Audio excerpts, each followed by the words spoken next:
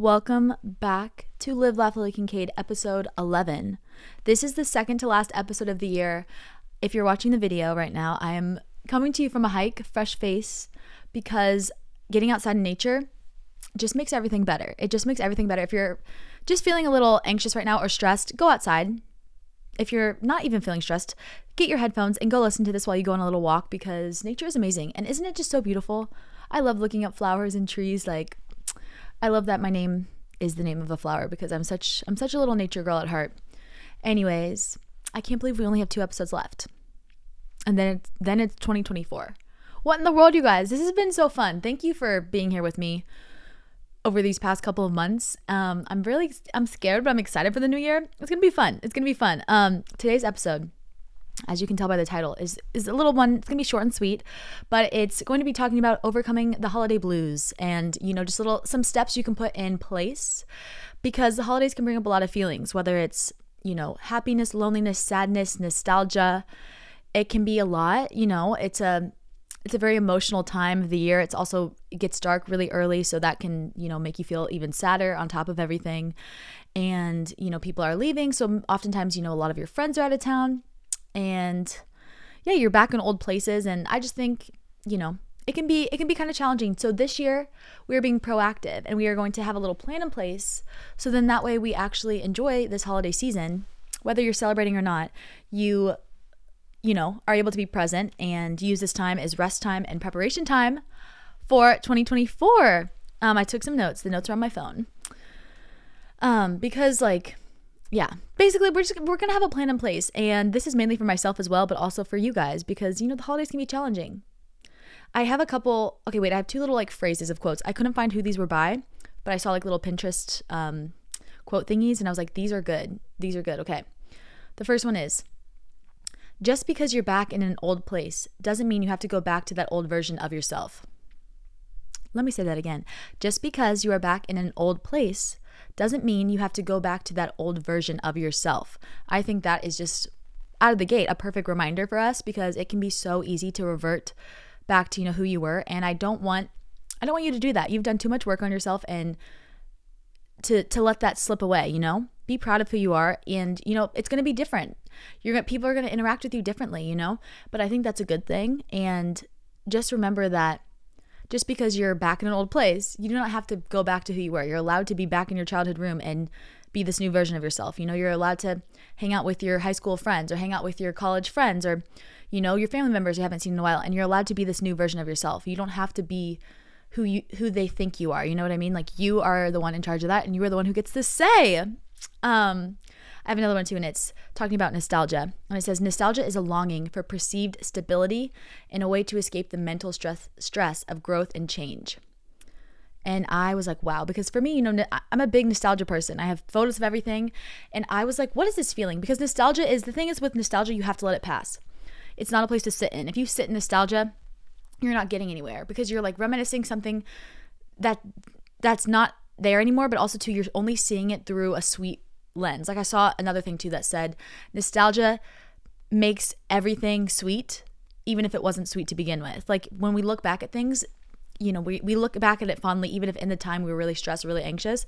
And so that was just a little wake-up call for me, that nostalgia is a longing for perceived stability in a way to escape the mental stress of growth and change. The reason why we reach out to those old flames or old friends, or do the things we used to do, or revert back to our old self, is because it's easy. We know our role almost. We know what we're doing. But growth and change, and even going back to your hometown or going back somewhere once you have changed, is scary, because you don't know how you are going to interact with people anymore. You don't know what the relationship is going to feel like anymore. But I just want you to take this as your sign that be prepared that it's going to feel different, but don't regress back, because you deserve to grow, and don't stop growing, Anyways, okay, now we're going to get into this. I have some tips. I wrote down, I was like, what are the tips?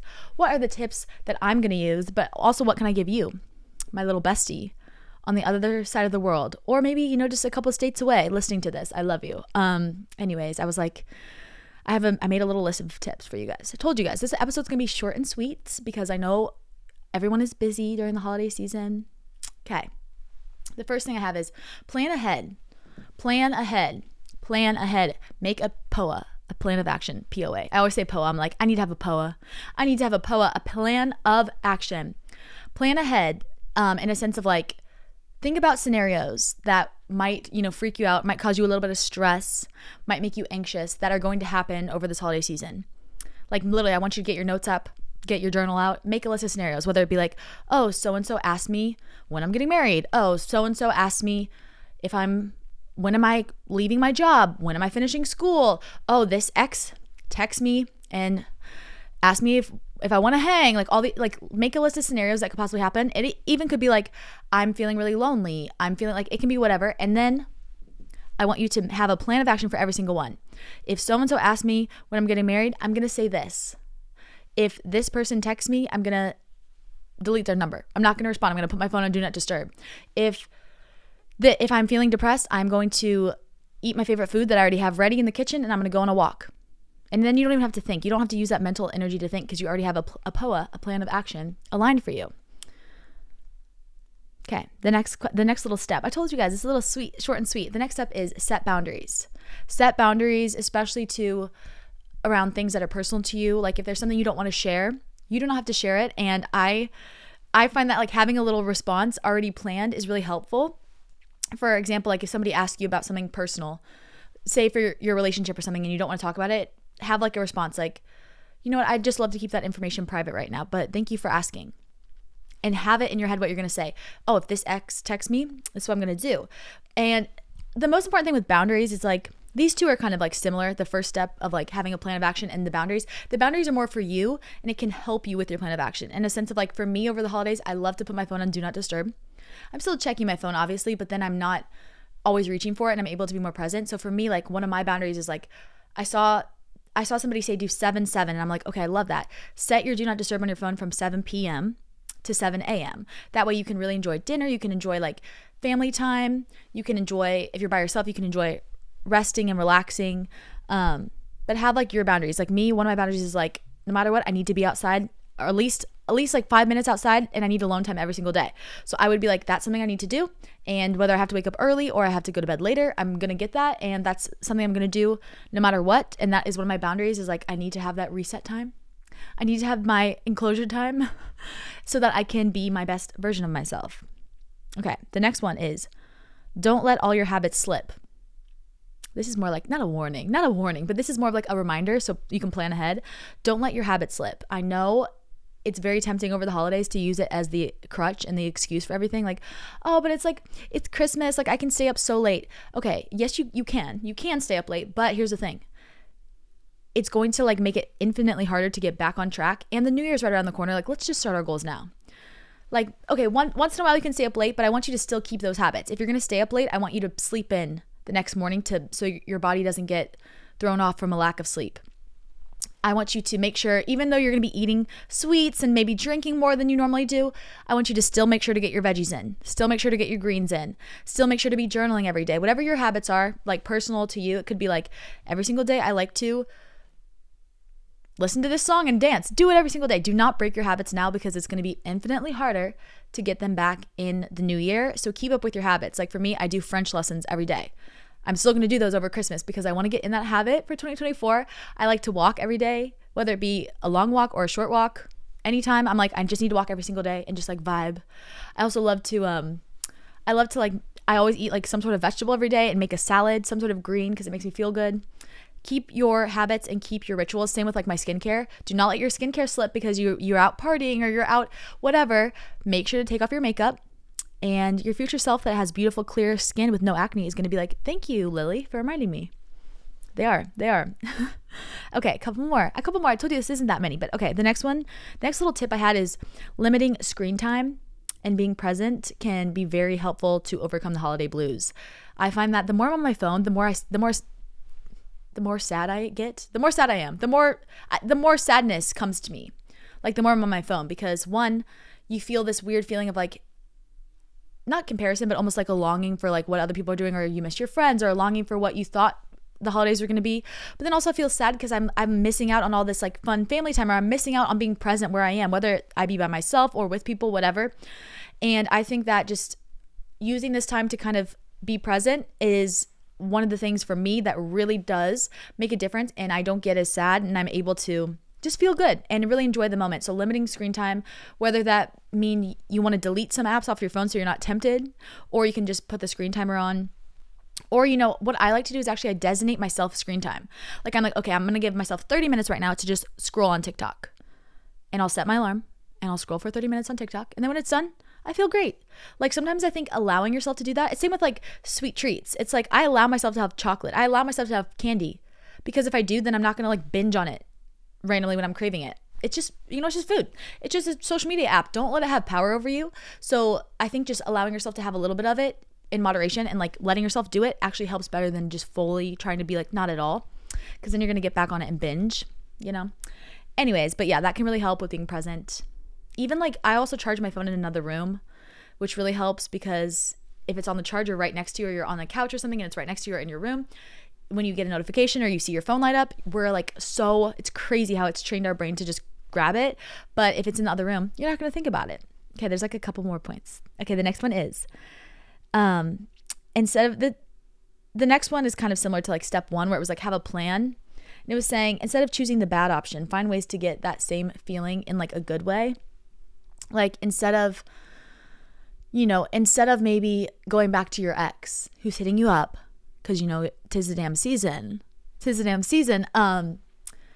like think about what it is. Like if you're tempted to like hang out with that person, it's not a good idea. What did you miss about it? Did you miss like having somebody you could talk to at the end of the day?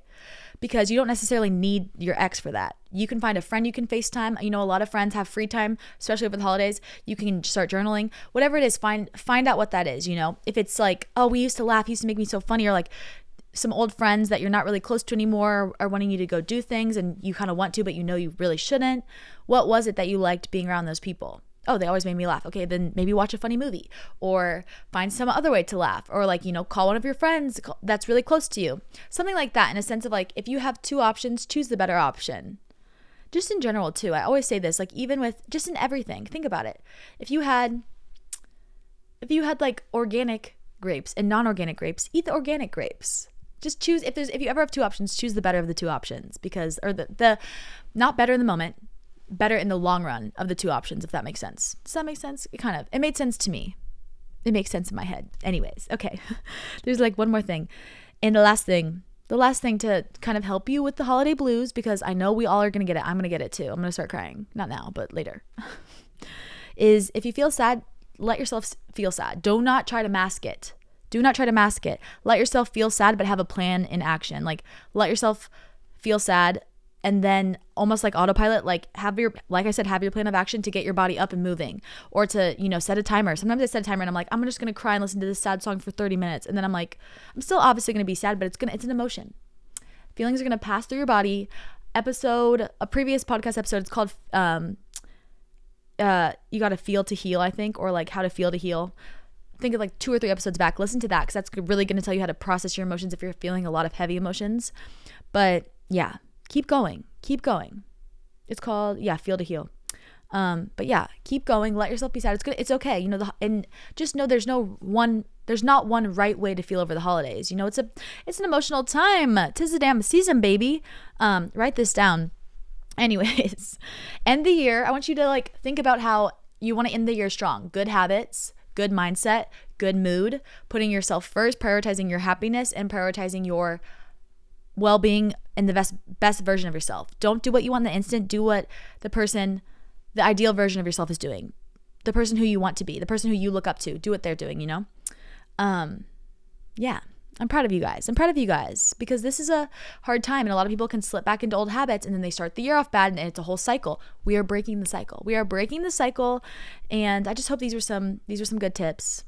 Always too, like, yeah, if you want to cry, but just let it pass through your body, and you'll get through this. You got through the whole year. Like, you can make it through 2 more weeks. I promise you. Okay. Anyways, that was short and sweet. I'm really excited because next week, I've already typed up the whole episode. I'm so excited. I've already typed up the whole episode because this is something I get asked a lot, and I honestly needed it for myself. And it's like confidence tips, specifically like creative confidence. So confidence in expressing yourself creatively, whether that be just for fun in your fashion, your whatever it is creative, or it could be if it's like your job, like if you're in a creative field. And I have so many tips, and I'm just so excited, and I have affirmations for you. Like, I'm telling you, that's the last episode of 2023 and it's going to be so good. So literally get excited for next Monday. But I love you guys. I'm so happy you're here. If you're new here too, make sure to join everything on Discord, Spotify, Instagram, X, TikTok. All the places are linked below. And yeah, you guys better be streaming my music. 18 songs out now, I think. 18 or 19. Do I have 18? I do have 19 songs out. That is wild. I cannot wait for 2024 my album. But anyways, okay, let's say our affirmation and then I'm going to go. But I love you guys so much. Today is a wonderful day. I'm confident because I am a problem solver. I always have options because I choose to be optimistic. Today I will learn something new, laugh, and make a difference in someone else's life.